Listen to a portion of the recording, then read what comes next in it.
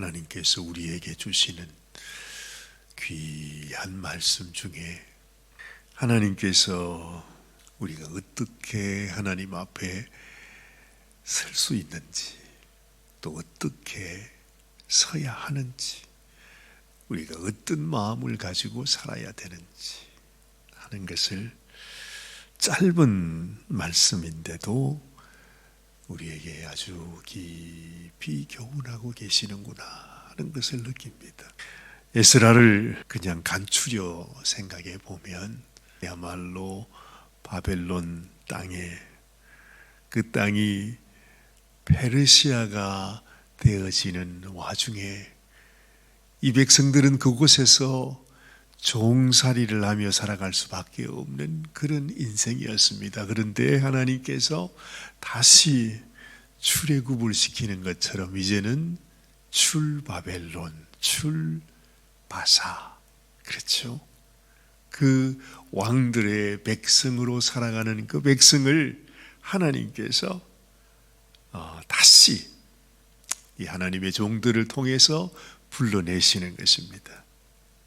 어찌 보면 역사는 말하기를 이 백성들은 어쩔 수 없이 바벨론의 백성이요, 페르시아의 백성이요, 또 이 세상의 백성일 수밖에 없음을 우리들에게 보여주고 있는데, 그런데도 하나님께서 할 수 없다, 너는 이 세상과 더불어 살아야 된다, 그냥 그러고 포기하실 것도 같은데 하나님은 끝까지, 첫 번째는 제사장 예수아와 스룹바벨 총독을 리드로 해서 이제 그 백성을 불러내셨죠. 그리고 또 오늘 이 말씀에는 에스라라고 하는 지도자를 통해서 그 백성들을 마치 한 사람 한 사람을 아주 핀셋으로 꼽아서 거기에 있는 자신의 백성을 불러서 자기가 허락한 그 땅으로 다시 돌려보내시고 하나님께서 그들을 향하여 가지셨던 소원을 하나님이 이루시기를 원하시는 그 모습을 보는 것입니다. 그래서 그 백성이 이제 이스라엘 땅, 그 유대 땅으로 그 예루살렘에 가서 무너진 성전을 짓게 되지 않습니까? 완전히 황폐되었습니다. 무슨 성전에 돌 성벽 하나라도 남아있는 것이 아닙니다. 이때는 완전히 그냥 황폐해져 버린 성전터에 다시 성전을 세우기 시작하죠. 놀라운 하나님의 은혜로 인해서 하나님의 성전이 정말로 세워지게 되었습니다. 정말 하나님의 놀라운 역사입니다. 그들의 힘으로만 된 것도 아닙니다. 사실은 페르시아 왕들이 너희가 제발 너희의 성전을 짓고 너희 하나님 앞에 예배를 드리라 해서 모든 비용까지도 그 나라가 다 되어줍니다. 거기에서 그 성벽을 짓지 못하도록 방해하는 사람들도 너무너무 많았지만은, 그러나 그 모든 상황 가운데 하나님께서는 결국에는 모든 어려움을 오히려 하나님께서 이렇게 상황을 바꾸어 주셔서 그렇게 이 성전을 짓지 못하게 방해하는 일 때문에 오히려 이 바사의 왕이 옛날 고레스 왕의 내렸던 조서를 발견하게 되고 그 조서 가운데 어떻게 이들을 도와야 된다고 하는 모든 것을 다 알고 이 왕이 성전 짓는 일을 그 왕이 나서서 그들을 도와주었다는 말씀을 우리가 들었습니다. 어쨌든 하나님께서 그들을 통해서 이제 성전을 짓게 하십니다. 정말 모든 것이 다 이루어졌습니다. 이제는 하나님께서 이 에스라를 통해서 이 백성들이 하나님의 말씀 가운데 다시 설 수 있도록 이 에스라가 정말 이제 남은 그 백성들, 자기 고국으로 돌아가서 하나님을 섬기겠다고 하는 종들을 데리고서 이제 유대 땅에 도착을 한 것입니다. 모든 것들이 다 잘 되어지는 것 같은데 막상 가서 보니까 하나님의 성전은 세워졌고 하나님 앞에 예배도 드리고 절기도 지키고 하는데 문제가 있는 것입니다. 에스라가 오늘 이 말씀 가운데서 그렇게 아주 가슴 아파서 하나님 앞에 아주 참 표현이 말이죠.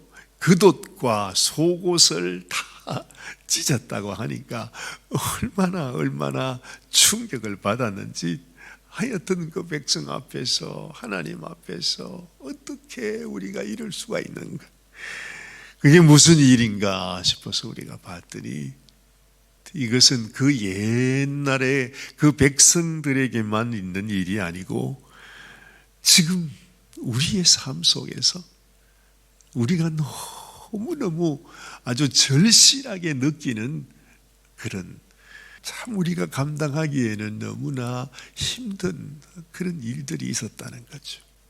사실 우리들도 이 미국에 사는 우리 이민 세대들에게도 사실 저 역시도 이것이 나의 일인가 우리의 일인가 이민자들의 얘기를 많이 듣기는 했지만 나의 일로 느끼지 못했거든요. 근데 이제 자녀들이 크고 아이들이 이제 결혼해야 하는 그런 나이가 되고 하니까 그런 어려움이 생기더라고요. 모든 가정이 다 그러지 않습니까? 아이들의 결혼을 믿음 가운데 어떻게 우리 한국 부모의 마음과 소원에 맞도록 그렇게 하고 싶지만 그게 마음대로 되나요? 그게 마음대로 되나요? 그래서 이런 어려움이 있구나. 지금도 우리가 그런 어려움을 겪게 되는데 그 옛날 그 이스라엘 백성들이, 그들은 이미 정말 바벨론 땅에서 벌써 이제 수백 년이 지났어요. 우리는 이제 1세대, 2세대 그렇지만은 이 유대 백성들은 손가락으로 헤아리기도 어려울 정도로 1세, 2세, 3세, 4세, 5세 그 세월을 지나가면서 많이 지나갔는데 그들이 이방 사람들하고 연혼을 하게 되는 거죠. 그러니까 자녀들이 아이들을 좋아하는데 사랑에 무슨 국경이 있습니까? 그처럼 이런 어려움들이 생기게 되는 거죠. 근데 자녀들이 원하면 부모님들은 또 어쩔 수가 없지 않습니까? 우리가 굳이 얘기를 하지 않아도 그런 어려운 문제들이 있다는 거죠. 단순한 문제가 아닙니다. 그저 믿음으로 신앙으로 물론 그렇게 해야 되지만 그러나 그게 부모의 소원처럼 그렇게 되지 않더라는 거죠. 우리 유대 백성들에게도 똑같은 일이 있었던 것입니다. 어찌 보면 어쩔 수 없는 일일 수도 있고 또 누구나 다 겪는 일이기 때문에 이해할 수도 있는 일이죠. 근데 우리의 마음속에 다가오는 것은 이 에스라의 마음에 이방인들과 함께 이렇게 섞여져 가는, 그리고 하나님께서 하나님의 선민으로 하나님이 세워준 이 백성들이 결국에는 너희가 참 가나안 땅에 이스라엘 백성들이 들어갈 때부터 하나님이 그렇게 말씀을 하지 않았어요? 절대로 너희가 가나안에 있는 이 여인들과 함께 통혼해서는 안 된다. 우리는 옛날에는 그냥 그게 막연하게 들렸지만은 이것이 수천 년이 흐른 지금까지 와서 어쩔 수 없이 이런 것들이 무너져가는 모습을 보면서 또 에스라는 그 마음속에 참 이런 인간의 연약함, 인간의 죄악, 특별히 그 이스라엘 백성들, 유대 백성들 가운데 지도자들도 방백들도 다를 바가 없이 그냥 오히려 그 일에 어뜸이 되었다, 그렇게 표현하고 있습니다. 우리가 이해할 수 있어요. 그런 세상이 되었겠구나. 그런데 에스라가 이러한 어찌 보면 당연하다고도 볼 수 있는 이 문제가 에스라에게는 절대 그냥 넘어갈 수 없는 그런 문제가 되었습니다. 그래서 이 모든 죄악이 자기 죄인 것처럼 정말 자기의 죄가 하나님 앞에서 정말로 낯이 떳떳해서 내가 도무지 하나님 앞에 성전을 지어 하나님께 영광을 올려드리려고 했던 우리의 모습인데, 우리 자신의 내면을 보니까, 우리의 삶을 보니까 어쩔 수 없이 그냥 거기에 묻혀서 그 백성, 이방 백성들과 함께 가고 있는 이 모습이 너무너무 안타까워서 하나님 앞에 통곡하고 회개하고 엎드리고 옷을 찢고 하는 그 에스라의 모습을 통해서 우리가 하나님 앞에 그래, 어쩔 수 없는 인생이지만은 우리가 먼저 하나님 앞에 내가 이렇게 부족한 인생이구나, 넘어질 수밖에 없는 연약한 인생인 것을 깨닫는 것이 소중한 것이구나 하는 마음이 드는 것입니다. 어찌 보면 정말 어쩔 수 없는 일일지도 모릅니다. 그러나 에스라가 하나님 앞에 그 백성들을 대신해서 하나님께 이것은 죄악이다, 이것은 우리가 가지 말아야 하는 길이다, 하나님께서 명령하신 주님의 말씀은 이것인데 우리가 지금이라도 하나님 앞으로 돌아가야 되지 않겠느냐 하는 이 에스라의 마음을 통해서 사도 바울이 그렇게 하나님 앞에서 바로 살기를 원했고 하나님께 그렇게 귀한 종이었지만은 하나님 앞에 내가 죄인 중에 괴수라고, 정말 나는 이 사망의 몸 가운데서 어찌할 수 없는 연약한 인생이라고 고백했던 그 사도 바울의 심정을 느끼는 것입니다. 우리는 이 세상 죄악에서, 이 죄악된 세상에서 당장에 어찌 떠나갈 수 없어요. 뭐 어떻게 세상을 바꿀 수도 없고 이 세상 속에서 나 자신도 어찌할 수가 없는 것입니다. 이런 갈등이 우리에게는 있어요. 그렇죠? 우리가 단번에 거룩한 하나님의 사람으로 살아갈 수가 없잖아요. 결국에는 우리가 할 수 있는 일은 하나님 앞에 우리의 가슴을 치고 옷을 찢으며 하나님 어찌하면 좋습니까? 나를 이 사망의 몸에서 건질 오직 한 분은 우리 주님밖에 없습니다. 그래서 사도 바울은 그렇게 자기 마음에 힘들어하면서 하나님 앞에 그렇게 통곡을 하고 하나님 앞에 정말 그렇게 부르짖으면서 그 다음 하시는 말씀이 그러므로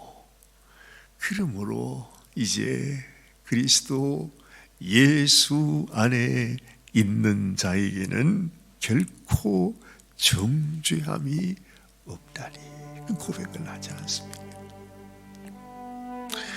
우리는 어찌할 수 없어도, 그러나 우리의 마음속에 우리가 우리의 죄를 알고 하나님 앞에 나의 죄를 자백하고 하나님, 나는 어찌하면 좋습니까? 이 사망의 몸에서, 이 사망의 죄악 속에서 나를 누가 살리실 수 있습니까?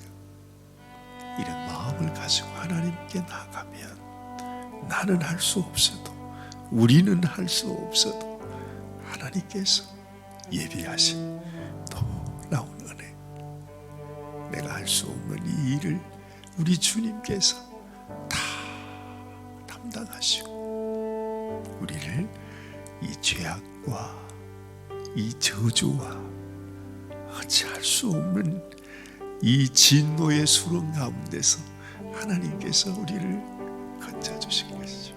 우리 주님이 하나님의 생명의 법, 성령의 법으로 우리를 죄와 사망의 법에서 해방하였다니라, 그렇게 말씀하지 않습니다.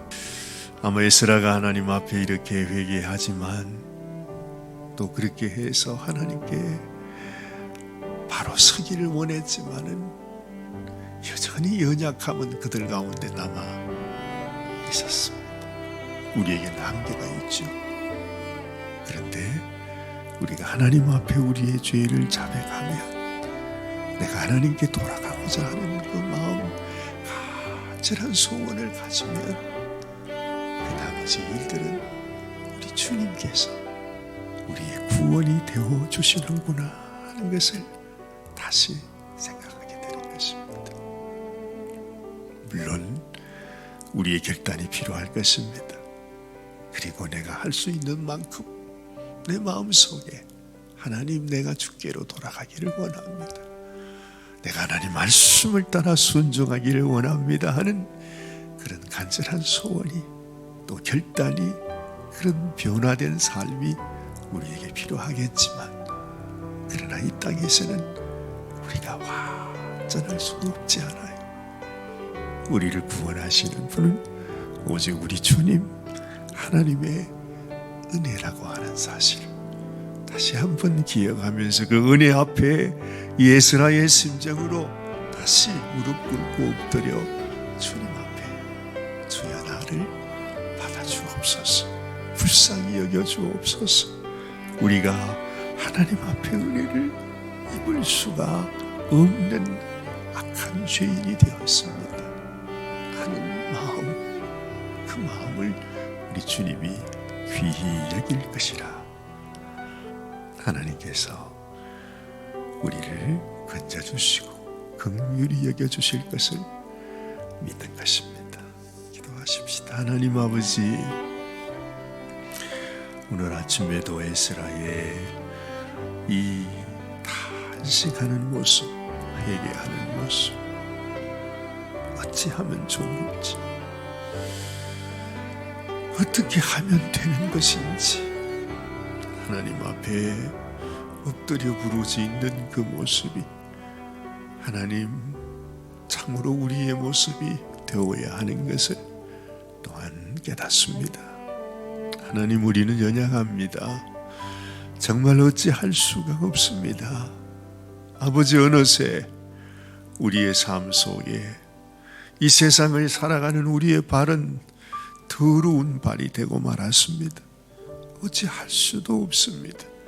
우리가 의지해야 할 분, 우리가 붙들어야 할 우리의 오직 유일한 소망은 우리 주님 예수님이심을 우리가 기억하고, 우리 예수님께서 우리를 멸시하지 아니하시고 당신의 생명을 내어주시면서 나를 의지하라, 나를 믿으라, 내가 너희의 눈물과 너희의 근심을 다 씻어 줄 것이라 하시는 우리 주님을 바라봅니다. 하나님 아버지, 오늘 아침에도 하나님 앞에 주님의 은혜를 사모하며 주의 자비를 바라며 기도하는 당신의 종을 주님이 축복하시고, 주님, 우리는 연약할지라도, 우리는 부족할지라도 주님, 우리 주님께서 부어주신 은혜를 기억하며 감사하며 찬양하며 하나님을 바라보며 소망을 가지고 주님 앞에 나아가는 저희들이 되게 하여 주시옵소서. 우리 주님께서 오늘도 우리의 삶 가운데 함께 하시고 우리의 주인이 되어주심을 감사드리오며, 우리 주님 예수님의 귀하신 이름 의지하여 감사하며 간절히 기도드리옵나이다. 아멘, 아멘, 아멘.